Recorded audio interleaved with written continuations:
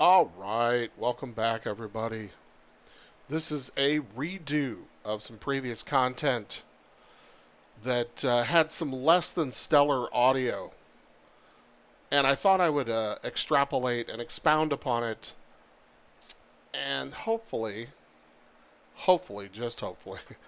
help someone out there, two, three, five, 10 people, really sit and think about this. This was a question that was posed to me, and it went something like, how do I optimize my Red Barn farm? And what should I plant in it? Now, in terms of optimization, I do not have any sort of prescription that's going to work for everybody. Um, Things are going to be different depending upon where you are in the arc of the game. They really are. Things are going to be different depending upon what kind of seeds you have access to. And you'll see, we're going to discuss these factors that dictate your pathway to optimization for the Red Barn farm. I will say this, though, about not only the Red Barn farm, but also the botanical gardens and the Ever After Village. These houses that facilitate that plus 10 modifier, things that should be planted in them and things that should be given priority to be planted in them should be things that you want to turn over more rapidly. Okay? If you're going to do wilting, there's really no point in putting your wilt and revive plant stock in the Red Barn farm. You don't need that plus 10 modifier. As a matter of fact, you don't want that plus 10 modifier. So that's sort of an example. I think that's an axiom that maybe we can all agree on. And by axiom, I do mean a law, sort of a universal, in case you don't know what that word means. In any event, let's talk about these factors and kind of delve into some of it and, really go down the road and in the weeds with this stuff. So optimization factors, your character's level is probably one of the most broad-reaching factors that there are. It's going to govern the level of energy gear that you can access and wear. And by level, I mean how much energy it bestows on your character. Energy is a key thing. It may not serve you to have multiple beds, 69 plot beds of something going on if you can't service it. So never outrun your energy. That's certainly an axiom. I've done it many times. I still do it. But as a rule of thumb, never outrun your energy. So your character level is also going to factor in on your access to seeds. What kind of seeds? Are these seeds that I want to grow? And so on and so forth. We'll delve into that. Now, I've kind of mashed these two together. It's really more about gardening rank, but your character's level is also going to dictate that as well. And that's access to gardening spells. That's a factor in whether or not you can grow a particular seed. How you're going to grow it, whether you can only grow it in a small form factor, 23 plot, or you can go up to 69. It's going to factor in. And then finally, item count for the Red Barn farm itself. So we'll delve into that. It is a crown spending opportunity. Shamefully so. I kind of almost wish they would switch it to gold, but, I'm not in charge of anything, so, and I just play the game. I don't write the code or do any of that, so I don't make the monetary decisions. But maybe, just maybe, by talking about this, I might be able to convince you to save a few thousand crowns, based on some of these factors and criteria. But let's look at character level and energy gear first. So this is a level 62 character, and this is about the point, level 50, level 60, where you want to put together your first energy gear. This character has an 81 base and a bunch of other stuff. It gives it 199. So it's got the Shadows gear, the hat, and the Shadows robe, and then some boots that only bestow +6. But remember what I've said: energy, any energy is better than no energy. For some reason, that wand has nothing. So this is an Athane with a +3 jewel, a cheap amulet from the bazaar with a +3, the Winter Tusk Ring of Valor with a +3, and a Corgi with all the requisite talents, 5, 10, 15, 20, and a cheap bazaar deck with a +3. Okay. Now that Winter Tusk gear is craftable. In this case, this gardener is rank 13, and that is the reason why you see a giant bed of key limes. This character is still ranking in terms of gardening, and key limes are the fastest way to rank. Write that down. Key limes are the fastest way to rank. So here's a level 100, and you'll notice the Athane transition. So this character is level 100, 100 base, 272 total. So again, this is all Shadows gear, hat, robe, boots, and I believe also the wand. So when we get to the Athane, at level 100, you can make the Athane upgrade to the Aphrodite's gear. And in this case, there are +4 energy jewels socketed. And again, cheap amulet from the bazaar, and Aphrodite's ring, or one of the rings from Aphrodite. A Corgi with all the requisite talents, and a cheap bazaar deck. So that's what level 100 looks like. So 130, this is where you become a max base garden character, and this is where things get interesting. You can don all the max gear. So this is a 130 base, and I call 318 sort of a soft max, and I'll explain that in a minute. So the +30 hat, the +30 robe, and the boots are +26. Now, there are +30 boots, but they are the Arcane Engineers set. So you have to spend $39 to get those boots. Max wand. Aphrodite's with a +4. Cheap bazaar amulet with a +4. Aphrodite's ring with a +4. Corgi with the 5, 10, 15, 20. And then a cheap bazaar deck with a +4. Now, this is max 326 hard max, if you want to call it that. You'll see the Arcane Engineer's boots, as well as all the +5 jewels. So it's the max hat, max robe, max boots,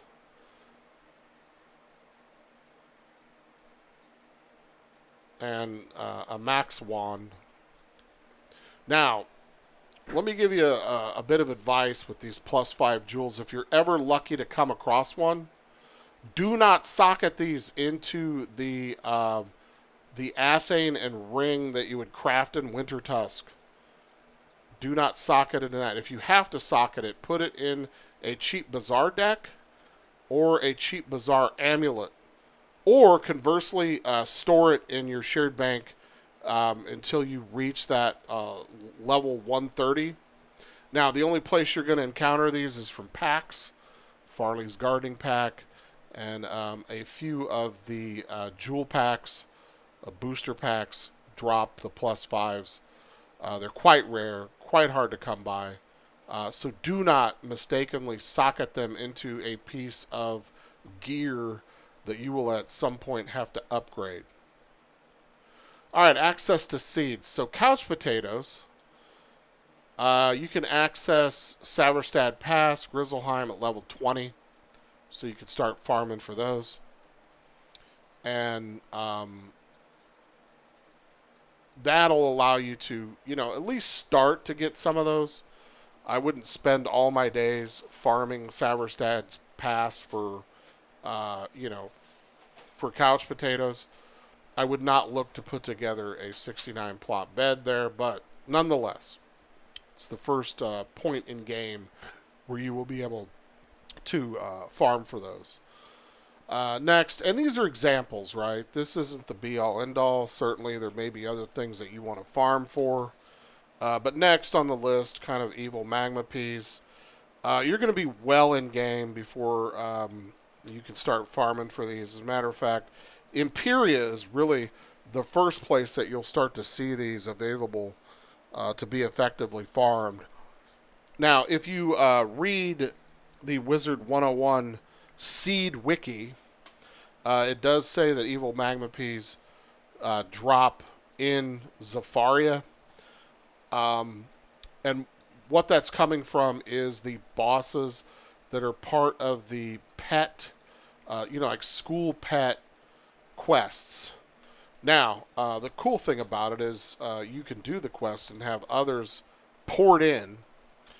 So what I did was started the quest, poured it in with one character, had 3 other characters poured in, and then had my main character port out, and then switch characters and poured it back in. Did that 30 times. Not a single one of us saw an evil magma piece. So I don't know if the wiki is right, or just crappy luck for 4 separate characters, or the drop rate is just so abysmal that they may as well not even drop or be mentioned. And then Crown Shop seeds. So these seeds are really going to kind of be based on garden rank and garden spell specific criteria.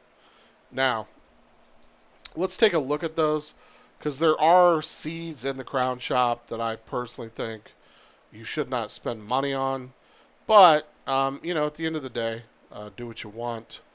I don't want to actually totally set the tone that these are trash, but to me, in my opinion, there's some trashy ones in the Crown Shop, and I'll explain why here in a minute. So kind of first and foremost, you can get couch potatoes from the Crown Shop. They're 1,500 crowns. If you were to buy 69 of these, it would be somewhere around 103,000 crowns. So quite the investment. And then, kind of the same thing with evil magma peas. You can also buy these from the Crown Shop. And, 1,250. So, you're also up to 96,000 crowns to do a full 69 plot bed. These are sort of the third tier plants that drop rank 9 snacks. These are sword ferns. These can also be purchased in the Crown Shop. They also drop from packs, by the way. Matter of fact, there's a couple of packs, and if you look these up on the Seed Wiki, there's a few packs that are pretty prolific. Now, in terms of worthless seeds, the Sunyon and the Ivy League, I would never buy. The Deadly Helifineers, I would never buy. Ninja Figs. Now, Key Limes, yes, buy 2. King Parsley, buy 2. And just start growing these in the beginning. And that's really all you need until you get to that point where you can start farming for couch. If that makes sense. That is my recommendation. So check your seed requirements. If you're new to this, go to the wiki. I will put this in the description so that you can click on it and have access to it. And, check your seed requirements. And always plan for the highest pest spell listed, especially if you have multiples. If you're growing 10, 60, whatever, 65, 69. Go with the highest pest spell listed. It will list, if it's a level 4 pest spell, it's going to list 1, 2, 3, and 4. You need to go with 4, because chances are you're going to need it. So don't count on growing something with level 4 pests or the potential for level 4 pests, and using bug bolt, it's just not going to work out. So access to gardening spells. So typically, about the time you go into Mushu and learn all the spells there, you pretty much have most of what you need to do most of the common stuff. Okay, now you're not going to do queen crepe myrtles or some of the things like that have really, really high pests.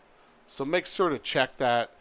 There are a few seeds that you actually have to have the spells from Chrysalis before you're actually able to do them, because you need antlion or something ridiculous like that. And, so if you want to ever try to grow some of those higher end seeds, level 35 and Mushu level isn't going to cut it. Although you may not encounter those seeds at that level anyway, so it could be a moot point. Also, around Mushu, Celestia time frame, you're going to be, you want to at least be garden rank 5 to 6, if not higher.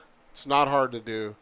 If you don't believe me, go back and check some of my earlier videos, especially the one about advanced gardening for beginners. Sort of walks you through the whole process and how to level. All right, so let's talk about item count.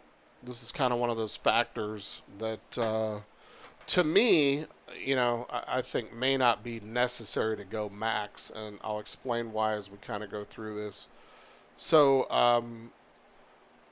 out of the box comes with 250 spaces inside, 250 spaces outside, and it is expandable up to 400 in each zone, inside and out. 400 is the max. You cannot expand beyond that. Now here is the Red Barn Farm out of the box.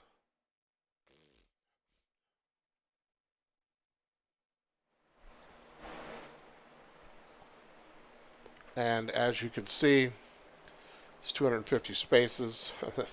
this character hasn't even done the gardening quest.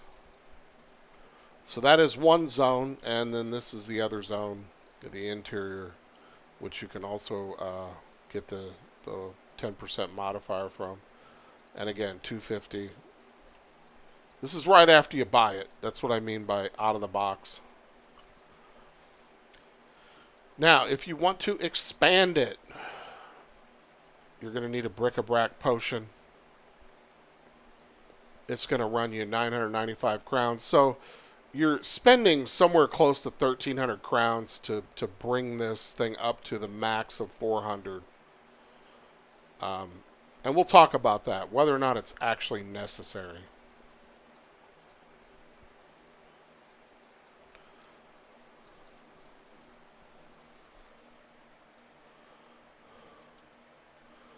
Alright, so do you really need 400 spaces?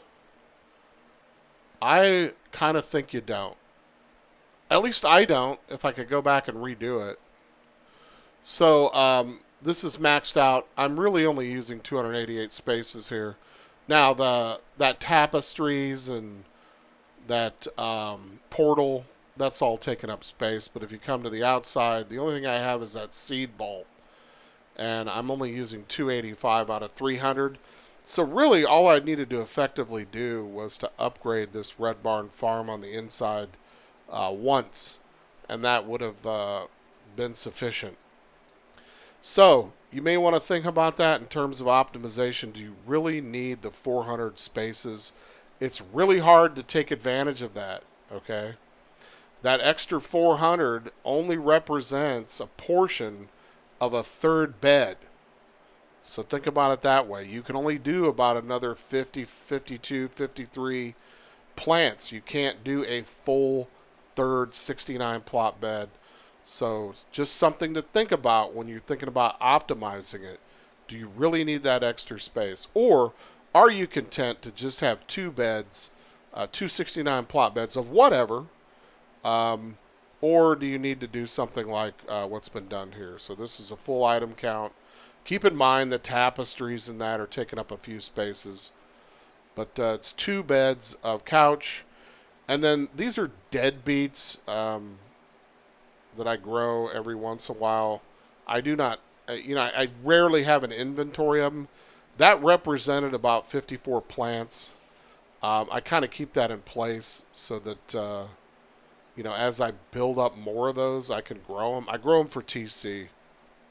So I'm going to kind of show you here a way to either A, cold store some small plants, or B, if you want to plant some stuff one-off, I'm going to put down 69 pots, and we'll talk about what the next step is.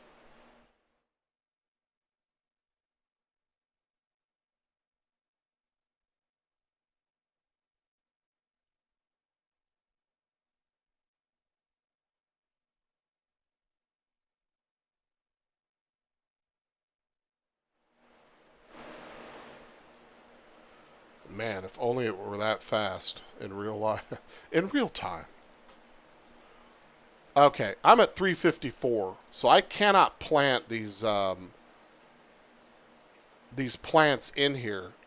I'll overrun the 400, and then I'll be at max, and it kind of creates a mess. So what I'm going to do is I'm going to check my treasure cards, make sure I have some room. I am going to harvest these sword plants just to get them out of the way.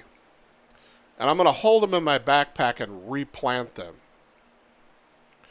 Now, granted, in order to pull this off, you need at least, soft max energy to pull this off. Or thereabouts.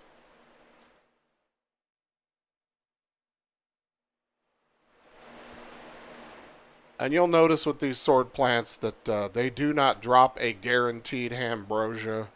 Ambrosia is a rank 9 snack. It's a plus 50, plus 100 during double pet XP. So it's a little bit of a worthwhile, but out of a 69 plot bed, you typically get 10 to 15 each time you harvest at Elder. But it's not a guaranteed drop, so something to think about if you decide to do these.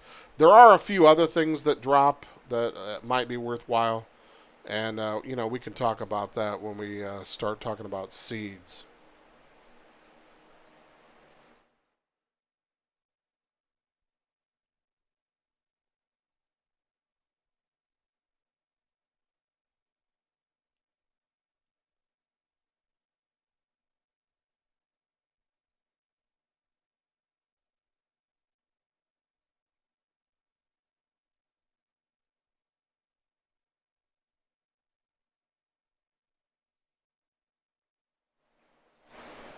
Okay, so now I have room to plant in these pots. So I am going to put these moonflowers in here, which I will never grow these again. If I ever get these as a drop going forward, I will trash them. I think they actually facilitate a like for one plant or two, but outside of that, to me, they're nearly valueless, but I'm just doing this for demonstration purposes. This could be any other small seed that you want to grow. Now, I'm back to that 254, so I cannot replant my sword ferns. So I'm going to need a flatwood platform because I'm going to pull these pots out to make space. Actually, I have one. What am I doing? I have one here in my attic. Voila.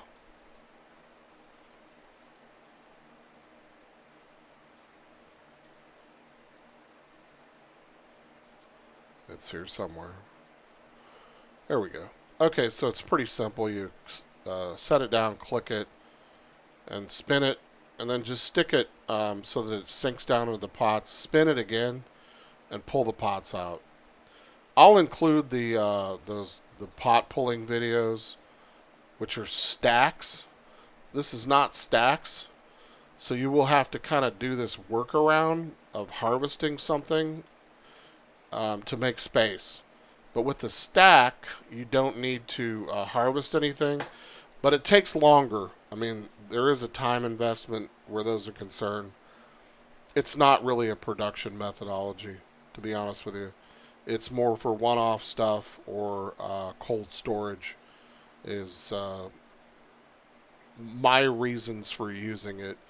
If it was something that I was doing all the time, like evil magma peas or even these sword ferns, I wouldn't do that with them. You know, pot pull them and stack them and just sort of leave them there. All right, so now those pots are gone. So guess what? I got 69 more spaces, and I am going to go ahead and replant my sword ferns, and I will be back at that 354, that number.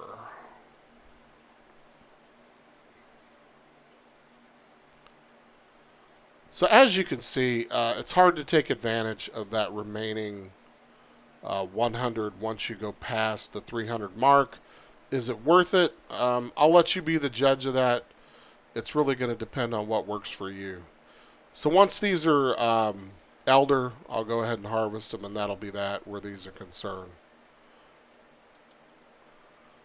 All right, so cold storage, I'll just show you an example of that. Again, this is another maxed out space at 400, and there are literally only 2 beds here, 269 plot beds.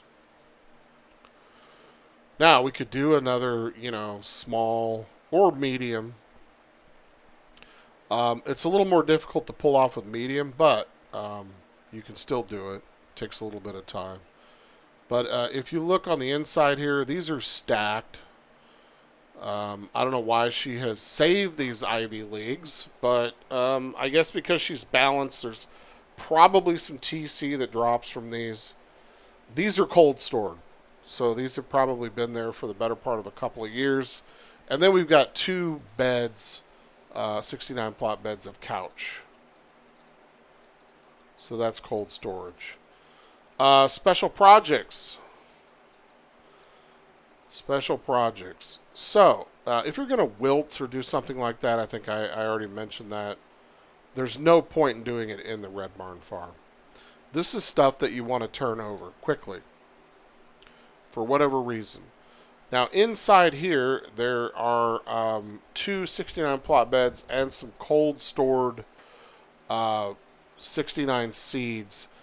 There's 2 cold stored 69 seeds on the outside, which I don't know about these. I would not save. I would not save those and cold store them, but that's Grapes of Wrath. Not really worth saving in my opinion. But let's take a look at another house that facilitates a 10% modifier. And that is the Ever After Village. So it can either be the Ever After Village or the Botanical Gardens. They will both facilitate faster growth. And here we have a 69 plot bed of white tiger lilies. And we have all the constituent likes, so we're trying to grow these as fast as possible. Now you'll notice there is another 69 pot bed over here. And this was used initially to grow standard tiger lilies over and over and over and over, and to grow them through their full cycle in hopes of getting the ultra tiger lilies, because they do drop them. And the results may vary. And you can see on the inside there's the same sort of setup. So it was 4 69 pot beds of standard tiger lilies being harvested over and over and over in order to get to this.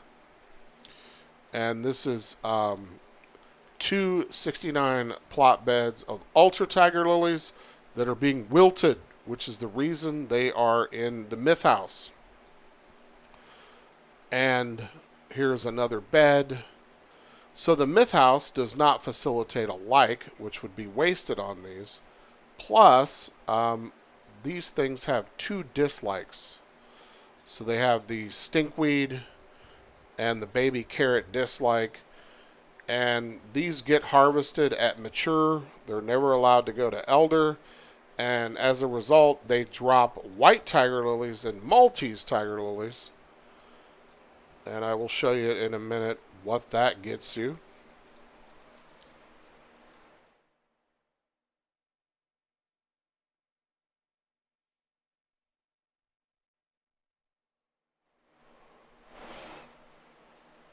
And you really only need to check on these once every 2 or 3 days. You can see it says 61 hours for that to be ready to pick again, or harvest rather, pick. So let me head back here and just sort of show you what this special project does. So as you can see, I have 138 ultra tiger lilies and several whites, a few Maltese left. It's kind of a slow process. Now you could do something like this in miniature. So if you did expand your Red Barn farm out to 400, and you have several couch, and you want to do something like this to augment your snacks, you can do a scale this down.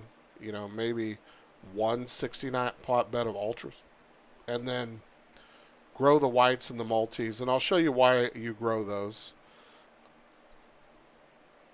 So the Maltese drop Captain Cantaloupe, and you can see there's 2,404. And if I could type here, the fancy yogurt drops, I'm sorry, the white tiger lily drops the fancy yogurt, guaranteed at Elder. So it's a great way to kind of augment those two higher end snacks. And it's a little time consuming. This is a sub character, okay? So keep that in mind. If you want to do this on your primary character, kind of scale it down. You could grow those white and Maltese tiger lilies in your Red Barn farm, provided your energy can support it. Okay, so kind of in closing, I think optimization is going to mean something different to everyone.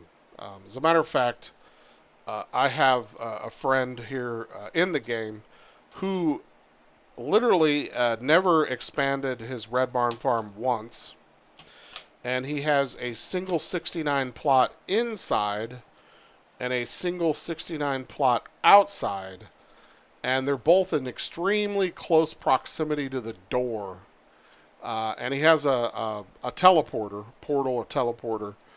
that takes him right there. So his idea of optimization is how quickly can I get in and take care of these. And I believe it is 2 beds of couch. I could be wrong. It's been some time since I've seen it. But that would be his idea of optimization. So consider that. And then think hard about what you actually want to grow and why. The other thing is the whole max amber wilt and revive, to get the ultra king parsleys. And yeah, okay, that's a fun exercise to do, but ask yourself, do you really need 999 amber? I mean, really, I did it, and I don't even think I've used an eighth of it, to be honest with you. So it's going to depend, really. It's going to depend. If you're crafting some stuff that needs amber, sort of the advent of spellements has changed that. You don't need all this amber now to craft the school pip spells like you used to. So there's kind of been some churn there that may dictate that, hey, I don't really need to grow these. It's more of a gimmick than an actual need. And a gimmick to me is not in the ballpark of optimization.